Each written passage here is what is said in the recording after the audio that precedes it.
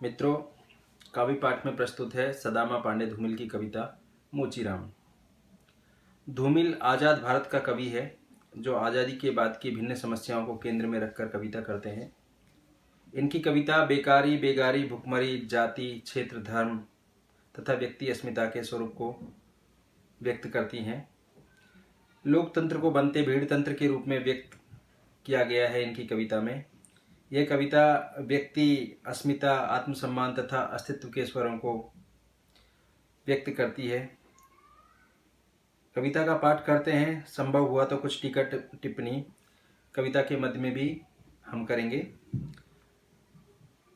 इनकी कविता की भाषा बहुत ही चुटीली, व्यंग्य परक और धारदार है। हम पाठ करते हैं मोचीराम कविता का। रापी से उठी हुई आंखों ने मुझे क्षण भर टटोला। रापी से उठी हुई आंखों ने मुझे क्षण भर टटोला और फिर जैसे पतियाए हुए स्वर में वह हंसते हुए बोला, बाबूजी, सच कहूं, मेरी निगाह में न कोई छोटा है न कोई बड़ा है। मेरी निगाह में न कोई छोटा है न कोई बड़ा है। मेरे लिए हर आदमी एक जोड़ी जूता है जो मेरे सामने मरम्मत के लिए खड़ा है। और असल बात तो यह है कि वह चाहे जो है, जैसा है, जहां कहीं है, आजकल कोई आदमी जूते की नाप से बाहर नहीं है। फिर भी मुझे ख्याल रहता है कि पेशेवर हाथों और फटे जूतों के बीच कहीं ना कहीं एक आदमी है।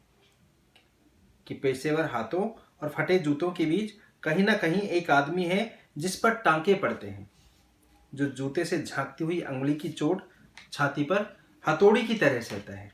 जो जूते से झांकती हुई अंगुली की चोट छाती पर हथौड़ी की तरह सहता है। यहाँ तरह तरह के जूते आते हैं और आदमी की अलग अलग नवैयत बतलाते हैं। सबकी अपनी अपनी शक्ल है, अपनी अपनी शैली है। मसलन एक जूता है। जूता क्या है? चकतियों की थैली है। जूता क्या है? चकतियों की थैली है। इसे एक आदमी पहनता है जिसे चेचक ने चुग लिया है। उस पर उम्मीद को तरह देती हुई हंसी है जैसे टेलीफोन के खंभे पर कोई पतंग फंसी है।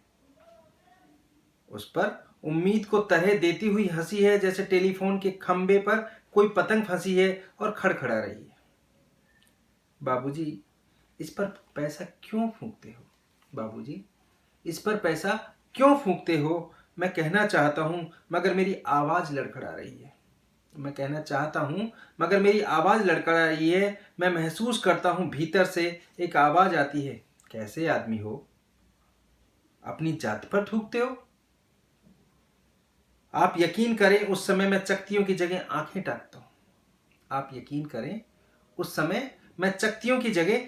टांकता हूं और पेशे में पड़े हुए आदमी को बड़ी मुश्किल से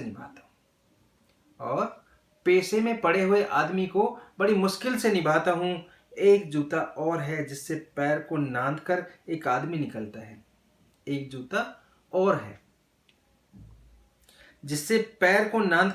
निकलता है शहर को। न वह अक्लमंद है न वक्त का पाबंद है। उसकी आंखों में लालच है, हाथों में घड़ी है। उसे जाना कहीं नहीं है मगर चेहरे पर बड़ी हड़बड़ी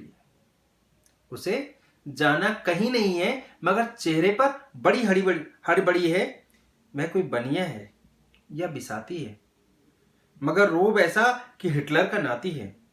इसे बांधो, उसे काटो, हियां ठोको, वहां पीटो, घिस्सा दो, ऐसा चमकाओ, जूते को ऐना बनाओ। ओह, बड़ी गर्मी है।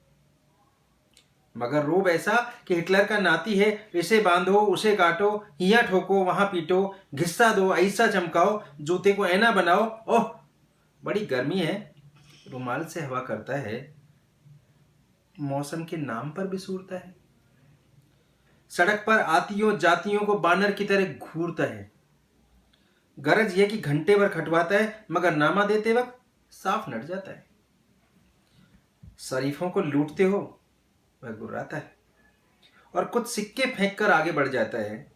अचानक चिहुक कर सड़क से उछलता है और पटरी पर चढ़ जाता है। अचानक चिहुक कर सड़क से उतर जाता है, उछलता है और पटरी पर चढ़ जाता है। चोट जब पेशे पर पड़ती है, चोट जब पेशे पर पड़ती है तो कहीं ना कहीं एक कील दबी रह जाती है जो मौका पाकर उभरती है और अंगुली में गड़ती है। चोट जब पेशे पर पड़ती है तो कहीं ना कहीं एक कील दबी रह जाती है जो मौका पाकर उभरती है और अंगुली में गड़ती है। मगर इसका मतलब यह नहीं है कि मुझे कोई गलत फहमी है। मुझे हर वक्त एक ख्याल रहता है कि जूते और पैसे के बीच, कहीं ना कहीं एक अदद आदमी है जिस पर टांके पड़ते हैं, जो जूते से झांकती हुई अंगुली की चोट छाती पर हथौड़ी की तरह सहता है, जो जूते पर से झांकती हुई अंगुली की चोट छाती पर हथौड़ी की तरह सहता है। और बाबूजी, असल बात तो यह है कि जिंदा रहने के पीछे अगर सही तर्क नहीं है तो रामनामी बेचकर या रंडियों की दलाली करके रोजी कमाने में कोई फर्क नहीं है। और बाबूजी, असल बात तो यह है कि जिंदा रहने के पीछे अगर सही तर्क नहीं है तो रामनामी बेचकर या रंडियों की दलाली करके रोजी कमाने में कोई फर्क नहीं है। और यही वह जगह है जहां हर आदमी अपने पेशे से छूटकर भीड़ का टमकता हुआ हिस्सा बन जाता है। और यही वह जगह है जहां हर आदमी अपने पेशे से छूटकर भीड़ का टमकता हुआ हिस्सा बन जाता है। सभी लोगों की तरह भाषा उसे काटती है, भाषा उसे काटती है, मौसम सताता है। अब आप इस बसंत को ही लो, ये दिन को तांत की तरह तानता है, ये दिन को तांत की तरह तानता है। पेड़ों पर लाल लाल पत्तों के हजारों सुक्तले धूप में सींचने के लिए लटकाता है। पेड़ों पर लाल लाल पत्तों के हजारों सुक्तले धूप में सींचने के लिए लटकाता है। सच कहता हूं, उस समय रापी की मूठ को हाथ में संभालना मुश्किल हो जाता है। सच कहता हूं, उस समय रापी की मूठ को हाथ में संभालना मुश्किल हो जाता है। आंख कहीं जाती है, हाथ कहीं जाता है। मन किसी झुंझलाए हुए बच्चे सा काम पर आने से बार बार इनकार करता है। मन किसी झुंझलाए हुए बच्चे सा काम पर आने से बार बार इनकार करता है। लगता है कि चमड़े की शराफत के पीछे कोई जंगल है, लगता है कि चमड़े की शराफत के पीछे कोई जंगल है जो आदमी पर पेड़ों से वार करता है, जो आदमी पर पेड़ों से वार करता है। और ये चौंकने की नहीं, सोचने की बात है। मगर जो जिंदगी को किताब से नापता है, जो असलियत और अनुभव के बीच खून के किसी कमजात मौके पर कायर है, वह बड़ी आसानी से कह सकता है कि यार तू मोची नहीं शायर है, कि यार तू मोची नहीं शायर है।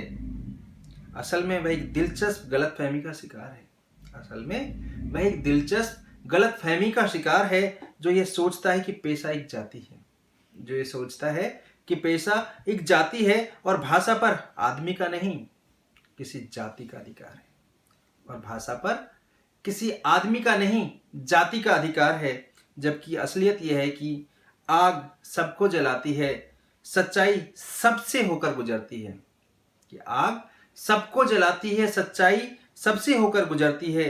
कुछ हैं जिन्हें शब्द मिल चुके हैं, कुछ हैं जिन्हें शब्द मिल चुके हैं, कुछ हैं जो अक्षरों के आगे अंधे हैं, कुछ हैं जो अक्षरों के आगे अंधे हैं। वे हर अन्याय को चुपचाप सहते हैं, वे हर अन्याय को चुपचाप सहते हैं और पेट की आग से डरते हैं, और पेट की आग से डरते हैं। जबकि मैं मानता हूं कि इनकार से भरी हुई एक चीख, जबकि मैं मानता हूं कि इनकार से भरी हुई एक चीख और एक समझदार चुप दोनों का मतलब एक है,